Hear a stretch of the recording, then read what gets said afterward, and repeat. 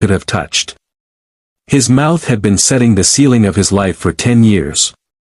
And he had been walking through every day bumping his head against it, never once looking up to see where it came from. The Stoics understood the weight of speech with remarkable precision.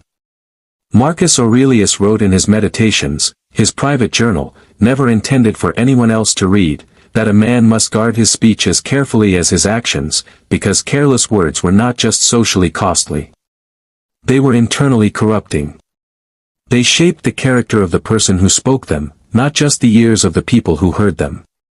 Mastering your mouth is not about becoming someone who speaks only in affirmations and pretends that difficulty doesn't exist.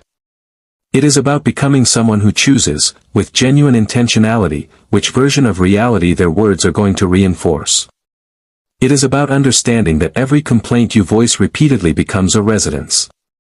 Every limitation you declare becomes a law.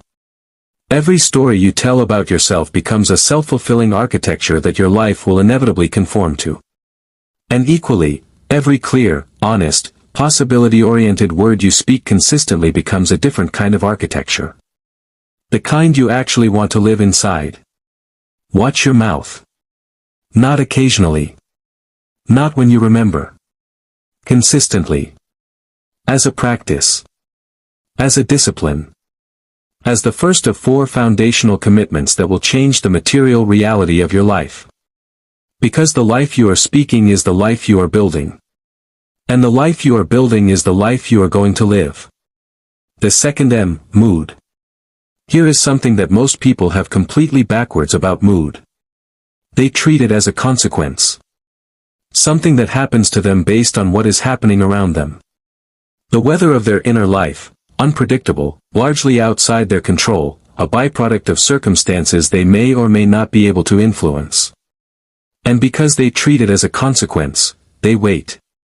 They wait for good things to happen so they can feel good.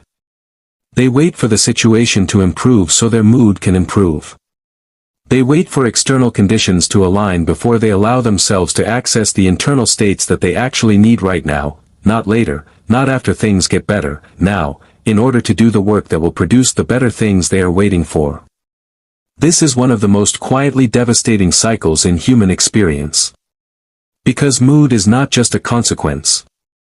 Mood is a cause. The emotional state you are operating from right now, as you move through your day, make your decisions, interact with the people in your life, respond to the challenges on your path, is not just a reflection of your circumstances. It is actively shaping them. Research in behavioral psychology has shown